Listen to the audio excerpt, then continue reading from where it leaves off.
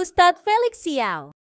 Islam mundur, industri versus renaissance? Penyebabnya menurut para ulama adalah sebab kebangkitan Islam itu akan sama seperti sebab kemunduran Islam. Maka kalau kita bahas bahwasanya sebab kebangkitan Islam itu adalah karena Al-Quran, maka sebab kemunduran Islam juga karena Al-Quran. Karena orang-orang ninggalin Al-Quran.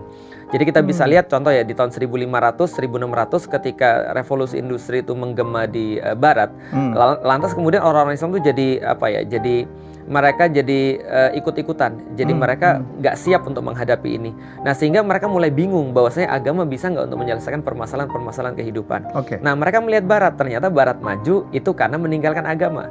Karena Renaissance kan sebenarnya meninggalkan agama. Mereka memisahkan antara agama dan kehidupan setelah mereka pikir 600-800 tahun mereka kecewa dan trauma dengan agama. Maka sampai muncul satu pepatah, gantung raja yang terakhir menggunakan usus pendeta yang terakhir.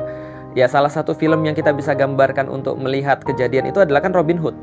Robin Hood kan punya teman namanya Little John. Nah, Little John itu kan bukan Little John, ada satu pendeta, Tucker kalau nggak salah ya. Nah, pendeta ini kan adalah pendeta yang dalam tanda kutip membelot dari gereja. Karena waktu itu gereja mendukung landlord untuk memberikan sesuatu perlakuan-perlakuan yang nggak baik terhadap proletar pada saat. Nah, sehingga Robin Hood muncul sebagai pembela-pembela para proletar. Nah, Barat itu dibangun atas konstruksi masyarakat yang seperti itu.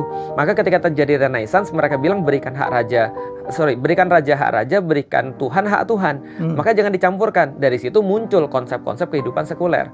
Nah, orang-orang Muslim ketika melihat mereka maju, mereka jadi jengah. Kenapa? Karena mereka belum siap. Di saat yang sama mereka banyak sekali meninggalkan Al-Quran. Mereka tidak lagi mempelajari bahasa Arab.